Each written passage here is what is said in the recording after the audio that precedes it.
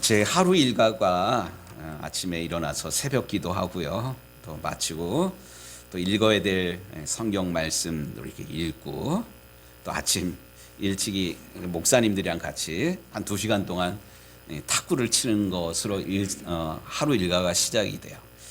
유정교회가 정말 제가 복 받았어요. 탁구를 치는데 한 1년 남짓 치면서 제법 이렇게 실력이 좀 늘었어요. 늘은 것 같아요. 제가 보기에는. 그런데 아직도 먼 것 같아요. 제가 탁구 치면서 혼자 중얼거리는 그런 것들이 있거든요. 좀 기다려. 이게 바둑용어로 복기라고 그러거든요. 내가 왜 실수를 했는가. 그러니까 제일 많이 나오는 게 기다려. 기다려야 되는데 조금 더 기다려야 되는데 급한 마음에 이렇게 나가버리면 공이 엇나가거든요. 기다리지 못하는 급한 성격이 나오는 것 같아서 좀 아쉬워요. 제가 저 자신을 볼 때. 우리 속담에도 이런 말이 있어요. 급하다고 바늘 허리에다가 실 깨어서 못 쓴다. 또 급한 마음에 우물가에 가가지고 숭늉 찾는다고 숭늉 나오는 것 아니다. 급하다고 일이 되는 것 아니다라는 그런 공통된 이야기입니다. 여러분들은 급한 마음 때문에 실수한 적 혹시 없으십니까? 급한 마음에 서두르다가 급한 마음에 그냥 몸부터 나가다가 실수한 적 없으셔요? 네. 오늘 우리가 읽은 본문 지난 시간에 읽었던 말씀처럼 사울이 죽었다라는 그런 이야기를 듣고 다윗이 옷을 찢으면서 슬피 울었어요. 그리고 조가를 불렀어요. 애도하는 그런 기간을 가졌습니다. 2장 딱 넘어오면 그 후에 이렇게 시작이 되잖아요. 이제 본격적으로 이제 사울도 죽었으니까 또 다윗은 기름 부음 받은 사람이잖아요. 사무엘로부터 이제 왕이 되어야 될 그런 상황인데 만약에 여러분들이 이경훈 권사님이 다윗이야 지금 이 상황에 뭐부터 하실래요? 기도는 정답이고 정답인데 우리가 정답부터 안 나오잖아요. 어쨌든 이런 상황일 때 우리는 야 됐다 이제 드디어 때가 됐다 이래가지고 사람들 모아가지고 뭔 일을 획책할 텐데 정말로 이 다윗은 우리랑은 좀 달랐던 것 같아요. 아까 우리 신권사님 말씀하셨나? 기도부터 했습니다. 볼까요? 2장 1절 다윗이 여호와께 여쭈아뢰되 기도했다는 얘기예요. 내가 유다 한 성읍으로 올라가리까 여호와께서 이르시되 올라가라. 유다 성읍으로 올라가라고 하나님이 말씀하셔요. 이 이야기를 듣고 다윗이 바로 안 올라갔어요. 또 하나님 앞에 구체적으로 묻습니다. 그러면 제가 어디로 가리까? 하나님 앞에 묻고 또 묻습니다. 이제 내 때가 되었기 때문에 이제 나가서 하면 뭔가 될 것 같은데 다윗은 그렇게 서두르질 않았습니다. 일전에도 이야기했지만 러시아 속담에 바다로 항해할 때 한 번 기도하라. 또 전쟁터에 나갈 때는 몇 번 기도하라? 2번 기도하라. 결혼할 때는 3번 기도하라. 희락 씨 결혼 앞두고 있죠? 날마다 기도하고 있어요? 뭐 이쁜 아내가 여기 옆에 있으니까 기도 안 해도 되나? 아니에요. 이 러시아 속담이 그냥 우스갯소리인 것 같은데 바다로 항해 나갈 때는 1번 기도하고 전쟁터에 나갈 때는 2번 기도하고 결혼을 앞두고는 몇 번 기도하라고요? 왜 하필 결혼을 앞두고 3번 기도하라 그랬을까? 그만큼 더 신중하라는 얘기고 이게 하지 말라는 그런 얘기 아니라 그만큼 더 어려운 일이라는 거예요. 희락 씨 한번 살아봐. 4월 17일부터 보라고. 결혼이 만만치가 않아요. 그쵸? 진호 씨. 끄떡이잖아. 예. 결혼이 만만치가 않아요.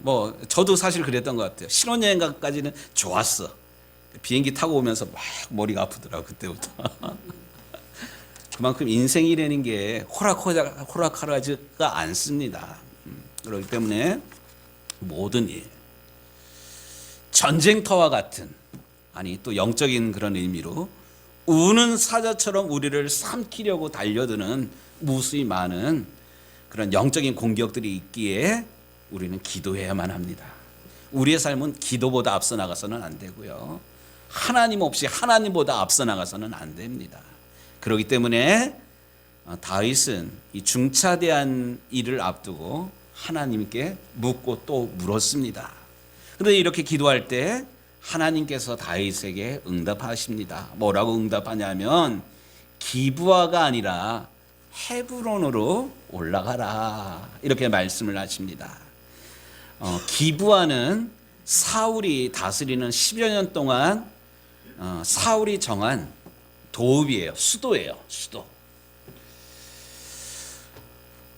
그런데 사울의 뒤를 이어서 이스라엘의 새로운 왕이 되어야 될 다윗을 하나님께서는 기브아가 아니라 어디로 가라 그러냐면 헤브론으로 가라 그럽니다. 사실 기브아는 우리가 알고 있는 예루살렘으로부터 북쪽으로 한 10km 정도 떨어진 그런 곳이고요. 또 헤브론은 오히려 남쪽으로 한 30km 더 떨어진 그런 곳이에요. 어떻게 보면 외곽이고 기반 시설이 갖추어지지 않은 새로운 그런 곳입니다. 그런데 하나님께서는 기브아가 아니라 헤브론으로 올라가라고 다윗에게 말씀을 하십니다. 여러분들이 만약에 이 기도를 들었다면 여러분들 어떻게 하실래요? 아니 하나님, 기브온에는 사람들이 있고 도시가 있고 뭐 건물이 있고 뭐도 있고 뭐도 있고 그러는데 왜 하나님은 전혀 생소한 헤브론으로 가라 그럽니까? 이렇게 하나님 앞에 묻고 내심 헤브론이 아니라 기브온으로 가고 싶은 게 우리의 마음이질 않습니까? 그런데 다윗은 하나님께서 기브온이 아니라 헤브론으로 가라고 말씀하실 때 더 이상 따지지도 않고 묻지도 않고 자기 가족들이랑 따르는 사람들을 데리고 기브온이 아닌 헤브론으로 내려갔습니다. 하나님의 말씀에 순종하였습니다. 그랬더니만 오늘 말씀을 보니까 4절에 유다 사람들이 와서 거기서 다윗에게 기름을 부어 유다 족속의 왕으로 삼았더라. 그곳에 갔더니만 다윗은 사실 유다 족속의 그런 사람들이었는데 우리 속담에 그런 말 있잖아요. 소도 비빌 언덕이 있어야지 비빈다고. 어떻게 보면 하나님께서 이 다윗을 사울이 본고지로 삼았던 헤브론으로 갔더라면 다윗이 왕으로 역할을 하는데 많은 반대, 어려움들이 있었을 것 같아요. 그렇기 때문에 하나님은 기브온이 아니라 기브아가 아니라 헤브론으로 가게 했습니다. 거기는 다윗의 본거지예요. 고향 사람들도 있고 그 친족들도 있었기 때문에 그래서 유다 사람들이 와서 다윗에게 기름을 부어서 왕으로 삼습니다. 그러나 이스라엘의 왕이 되었지만 다윗이 이스라엘 전체의 왕이 된 것은 아닙니다. 이스라엘은 아직도 사울에 대한 그리움이 있는 그런 나라였습니다. 우리나라도 그러잖아요. 뭐든지 첫 번째 초대 왕이 중요하잖아요. 우리가 뭐 태정, 태세, 문단세 뭐 이런 거 외울 때 뭐 다른 뒤에 가는 건 잘 모르지만 조선을 세운 왕이 누구예요? 태조 이성계. 고려를 세운 왕은 누구예요? 태조 왕건. 대한민국의 초대 왕이 누구예요? 대통령이 누구예요? 이승만 대통령. 뭐 이런 거 있잖아요. 초대 왕에 대한 이런 그림자가 있습니다. 또 사울 왕이 뭐 오랫동안 장수하다가 자연사한 게 아니라 전쟁터에서 그것도 적이 쏜 화살에 빗 맞아가지고 죽으니까 이것에 대한 그런 슬픈 마음이 남아있는 그런 상태입니다. 더군다나 이 다윗은 그 사울 왕이 세웠던 기브아가 아니라 헤브론에 전혀 새로운 곳에다가 도읍을 정하고 이제 하나님께서 일하실 것을 기대하고 있었는데 모든 것들이 취약한 그런 상황입니다. 정치적으로도 그러고요. 또 실질적으로 군사적으로도 연약한 그런 상황입니다. 그런데 오늘 읽은 본문의 말씀을 보면 아주 중요한 그런 사건 하나가 나옵니다. 그게 뭐냐면 4절 후반부에 보니까 어떤 사람이 다윗에게 말하여 이르되 사울을 장사한 사람은 길르앗 야베스 사람들이니이다. 지난 시간에도 살폈지만 전쟁터에서 사울이 죽었을 때 군사들은 다 도망가요. 그리고 블레셋 사람들은 와가지고 죽은 사울의 시신을 가만히 안 둬요. 목을 자르고 뭐 옷을 벗겨가지고 뭐 사방에 보내고 뭐 히덕거리고 우리가 이겼다고 막 이래요. 그리고 잘라진 그런 시신을 어느 누구도 수습하지 못하고 있을 때 누가 이 사울의 처참한 시신을 수습을 했습니까? 길르앗 야베스 사람들. 괜히 그거 건드렸다가 해코지 당할 수 있는 그런 상황임에도 불구하고 길르앗 야베스 사람들은 왕인데, 그래도 초대 왕인데, 그래서 흩어져 있는 사울의 시신을 수습하고 그래서 정성스럽게 장사를 치러줍니다. 이 이야기를 어떤 사람이 지금 다윗에게 한 거예요. 이 탈무드에 나오는 그런 이야기인데요. 한 사람의 마음을 움직이면 1000명을 얻을 수 있다. 또 100명의 친구를 사귀는 것보다 한 명의 적을 만들지 말라.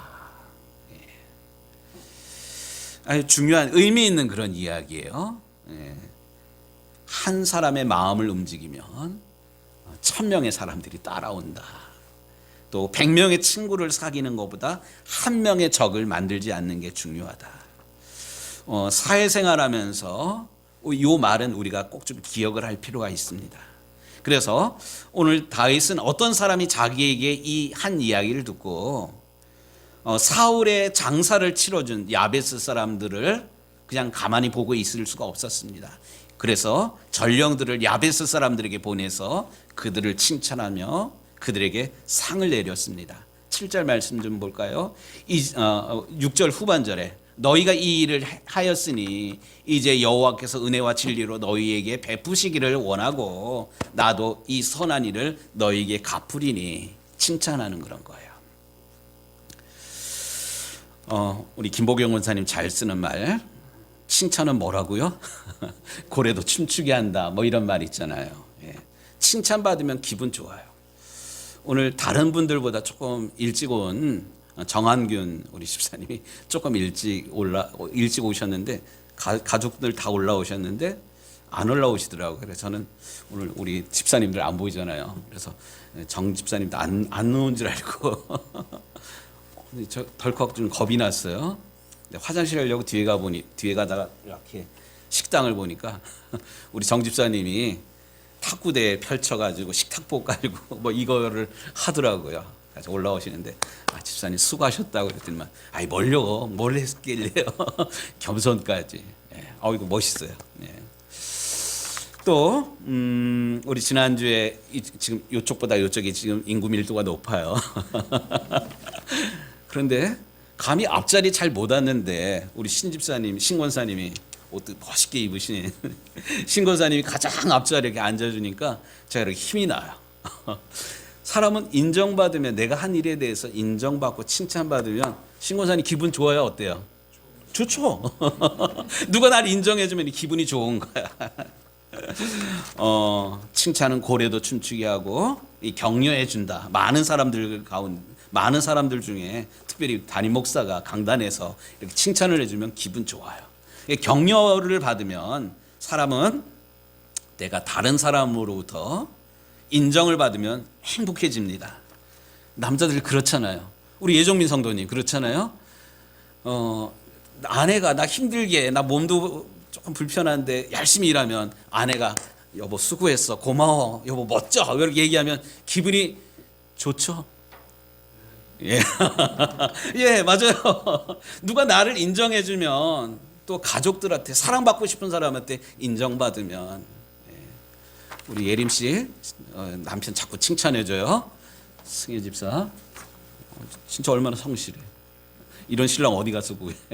자꾸 이렇게 칭찬해주면 기분이 좋아요. 특별히 남자는 사랑하는 사람들한테. 그래서 옛날에 차지철 씨가 그랬던가요? 남자는 자기를 인정해주는 사람을 위해서 목숨을 바친다고 뭐 이런 이야기들 했어요. 예. 또 특별히 영어 단어 가운데 서포트라는 그런 단어가 있어요. 뒷바라지 해준다. 근데 서포트라는 단어보다 더 강한 단어가 있어요. 그게 뭐냐면 sustain이라는 그런 단어이거든요. 지지해준다. 물론 뒷바라지, 뭐 물질적으로 또 실질적으로 우리를 뒷받침해주는 뒷배경이 있는 것도 중요한데 이 서포트보다 더 중요한 단어가 뭐냐면 지지해주는 것, sustaining. 지금 다윗은 지금 어려운 그런 상황이지만 지금 정치적으로 다윗이 홀로 서지 못하는 그런 상황인데 다윗은 이 순간을 놓치질 않았어요. 어느 누구도 나서지 못할 때 길르앗 야베스 사람들이 전임 왕 사울의 죽음을 그 시신을 수습한 것을 정말로 감사하는 마음으로 칭찬해 줬어요. 이사야 선지자도 하나님 앞에 이런 기도를 드린 적이 있습니다. 주 여호와께서 학자들의 혀를 내게 주사 나로 곤고한 자를 말로 어떻게 도와줄 줄 알게 하시며 아침마다 깨우치시되 나의 길을 깨우치사 학자들 같이 알아듣게 하옵시도다 하옵소서. 이런 기도를 드렸습니다. 우리가 다른 사람을 격려하고 축복하는 그런 게 말로도 할 수 있는 그런 거지만 말 한마디로 천냥빛을 갚는다 뭐 이런 얘기를 하잖아요. 말 한마디로 다른 사람을 격려하고 축복하는 것들도 중요하지만 입도 중요하지만 중요한 게 입보다 귀가 더 중요해요. 그 사람의 본심이 그 사람이 정말로 원하는 것이 무엇인지를 바로 헤아리는 것. 그래서 지난 시간에도 우리가 좋은 전도자가 되기 위해서는 4가지를 잘해야 된다. 그런 이야기를 들었어요. 4가지가 뭐예요? 격려부터 안 나와요. 관찰, 질문, 칭찬. 다시 관찰, 질문, 경청, 그 다음에 칭찬이에요. 우리가 모든 상황 가운데 어떤 상황 가운데도 우리가 관찰하면 뭔가가 이야기할 거리가 나와요. 우리 지난 시간에도 제가 이경수 권사님 옷 이쁘다고 그랬는데 오늘 더 이쁜 옷을 입고 오셨네. 분홍색. 옷이 진달래색이에요. 이거 별것 아닌 것 같은데 기분이 좋아. 이렇게 칭찬 들으면. 관찰하면 보여요. 내가 이렇게 빠마를 하고 이렇게 집에 들어왔는데 남편이 전혀 이 뭘 하고 왔는지 전혀 모른다. 우리 박정선 권사님 어때요? 우리 신랑 원래 그래. 이게 아니라 서운해. 그 여자의 변화는 아주 중요해요.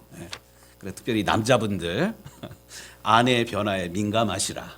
그리고 기왕 눈에 보였더라면 멋지다고. 이거 얼마짜리냐고.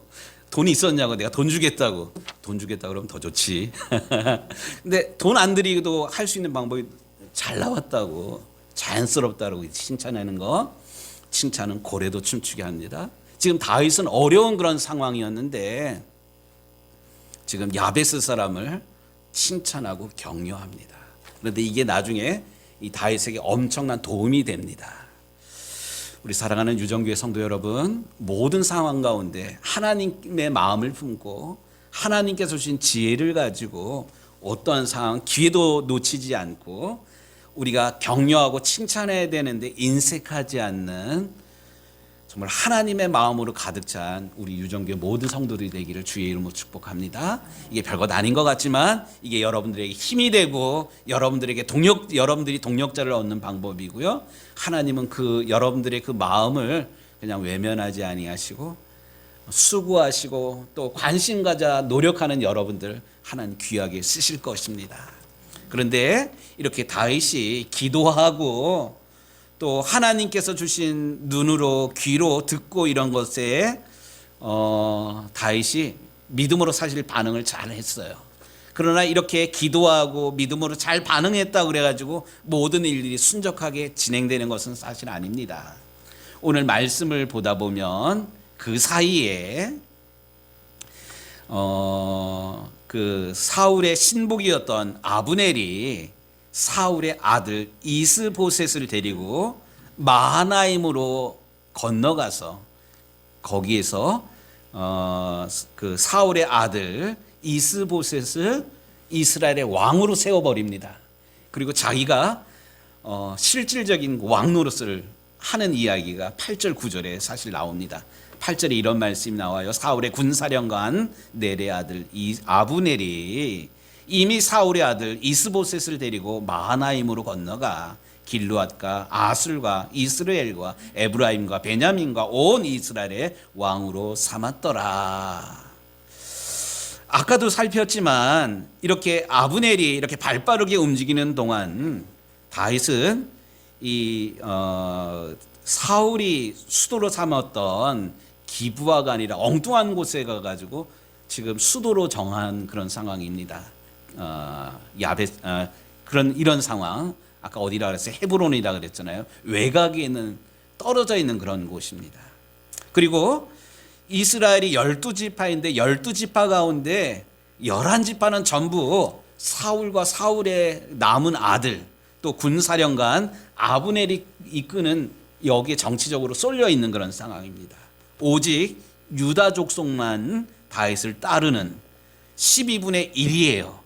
어떻게 보면 외톨이고 왕따당할 수 있는 그런 상황입니다. 그런데 다윗은 이렇게 외로이 유다 족속의 왕이 되어서 몇 년을 이 헤브론에 있게 되냐면 오늘 성경 마지막 절에 뭐라고 있어요? 11절에 다윗이 헤브론에서 유다 족속의 왕이 된 날수는 7년 6개월이었더라. 지금 한 10년 동안 한 10년 이상이에요. 다윗은 사무엘에 의해서 왕으로 기름 부음 받아서 왕이 바로 되질 않고 10년 동안 사울 왕의 미움을 받아 계속 도망 다녔어요. 또 사울이 죽은 다음에 이제 왕이 되나 싶었는데 아직 이 다윗에게 기회가 안 옵니다. 물론 유다 족속의 왕이 되었지만 유다 지파에게는 다윗이 인정받는 정치 지도자였지만 이스라엘 전체의 왕이 될 때까지는 7년 반 동안 외롭게 다윗은 헤브론을 중심으로 움직일 수밖에 없습니다. 만약에 여러분들이 다윗이야. 지금 이 상황에 다윗이라면 여러분들 무엇을 했겠습니까? 또 여러분들의 마음은 어떠했겠습니까? 맥 빠지고 한숨 나오는 상황이지 않습니까? 그러나 다윗은 그럼에도 불구하고 서두르거나 또 이것을 이기지 못해서 뭐 군사를 일으키거나 하나님이 나에게 기름 부었다, 내가 정당하다 이렇게 나서지를 않았습니다. 그러질 않고 외적으로는 다윗은 끊임없이 기도하였습니다. 그리고 내적으로는 다윗은 불안해하지 않았어요. 왜냐하면 하나님 분명히 살아계시고 하나님 나에게 기름 부어주셨고 그 하나님이 오늘도 나와 함께 하신다는 확신이 있었기 때문에 그렇습니다. 그 확신이 마음의 평강이에요. 하나님께서 함께 하시고 하나님께서 나와 함께 하신다는 증거가 눈에 보이는 어떤 결과들은 아니라 할지라도 아직 아니라 할지라도 하나님께서 주시는 평안과 평강이 있으면 하나님이 함께 하시는 거예요. 오늘 말씀 제목을 제가 좀 죄송스럽지만 영어로 적어놨어요. 스텝 바이 스텝. 이게 뭔 뜻일까요? 서두르지 않고 한 걸음씩 나아갔다 이런 뜻입니다. 이건 스텝 바이 스텝은 영어인데 독일어로 괴테가 쓴 그런 문장 가운데 나오는 건데 한번 들어보셔요. ohne hast, aber ohne rast 뭐 이런 단어가 있어요. 뭐 영어로 따지면 스텝 바이 스텝이야. 그게 뭐냐면 ohne hast 서두르지 말라. aber 그러나 그렇다고 쉬지도 말라. 다윗은 사울이 죽은 다음에 이제 내가 이스라엘 전체의 왕이 되어야 함에도 불구하고 상황이 펼쳐지질 않아요. 7년 6개월 동안. 단지 바뀐 것이 있다면 이제 도망다니지 않아도 되는 거야. 하지만 도망다니지 않는 안전한 그런 상황이지만 주변에는 다윗을 시기하는 무수히 많은 적들이 있는 그런 상황이에요. 그렇지만 다윗은 서두르거나 또 마음이 앞서 나가지를 않았어요. 오직 지금처럼 하나님 앞에 묻고 또 물으면서 이 상황들을 이겨나갈 때 하나님께서 한 사람 한 사람 다윗에게 사람을 붙여주십니다. 아무쪼록 우리가 새로운 이제 봄이 돌아와서 새로운 일들을 시작을 해야 되는데 마음은 벌써 추수할 때가 다 됐어. 이 마음만 그래. 상황 그렇지를 않아요. 그러나 그럼에도 불구하고 서두르지 않고 기도하면서 오늘 해야 되는 그런 일들, 사람을 얻고 또 내 주변으로부터 인정받고 하나님께도 인정받으면서 한 걸음 한 걸음 기도하면서 하나님께서 계획하신 일들을 이루어 나가는 우리 유정교회 모든 성도들이 되시기를 우리 주님의 이름으로 축복합니다.